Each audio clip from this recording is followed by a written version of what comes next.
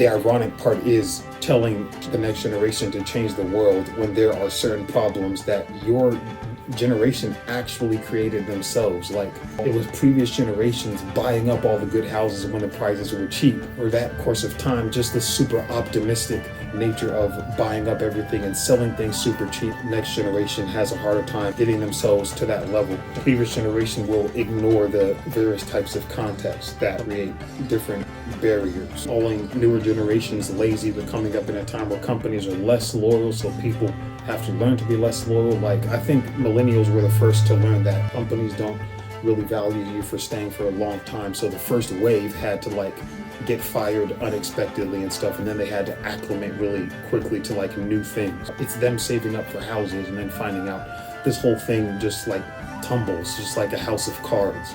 Not intended, but definitely embraced. And finding out like several systems that started to crumble down as 21st century started to roll into effect. The job market would have to be more flexible. You would have to do more work.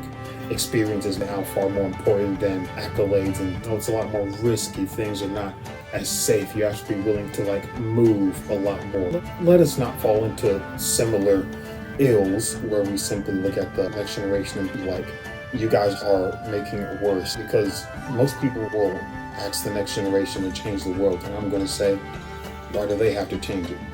Why didn't you change it?